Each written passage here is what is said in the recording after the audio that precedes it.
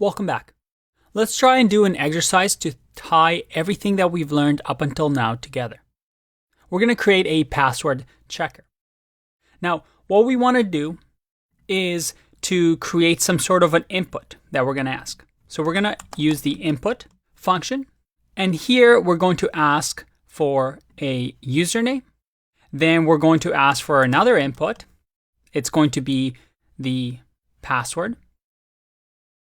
And then at the end, with the input, we want to print something the lines of password, and then we'll have maybe the actual password in here, and it will say is another variable here, long.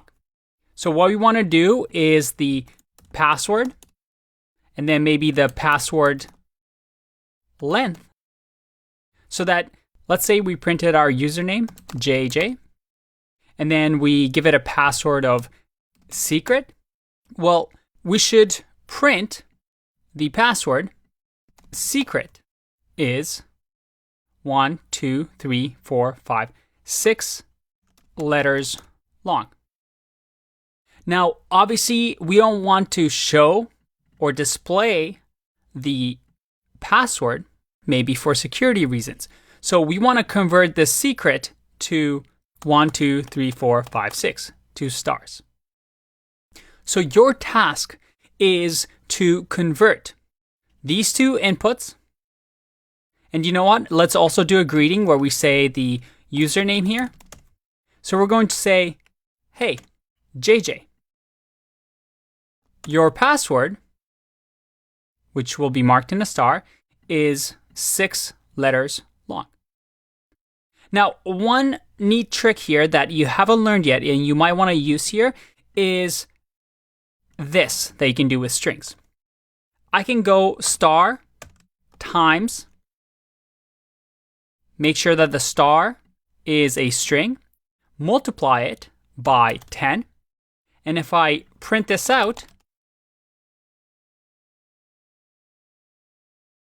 I get 10 stars. So you may want to use this functionality when we're doing this. All right, pause the video, give it a go if you can. Remember, the goal is to print the username and have the password blocked with how many characters the password is. All right, pause the video. If not, I'm going to get going with the answer. So the first thing we're going to try and do is I'm going to create 2 inputs. So the first one, I'm going to get the username. I'm going to assign it to the variable username. And it's going to say, what is your username? Then the second one will be the password. And the password, well, we'll say, what is your password? And although this is a simple example, this is something that you will see with other big websites like Instagram or maybe Netflix when you're logging in. So now that I've stored this information into a variable, I can use it, right? I can print, and we'll do an F string to make our lives easier. So I've added the F here. And what we'll do is this. We'll say username, your password, and we'll add the password here, is, and then we'll add another variable here, which is the password length.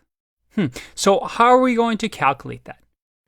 Well, let's try something here. Let's see if I can use the length function and in here do password. Let's see what happens here. What is my username? Let's go with Andre. What is my password? Let's just type in secret here.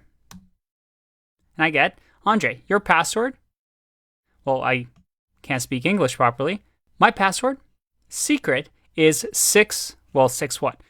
Let's write 6 letters long. Awesome. So this is working because with an F string, I can create or add a Python expression in here using the length password.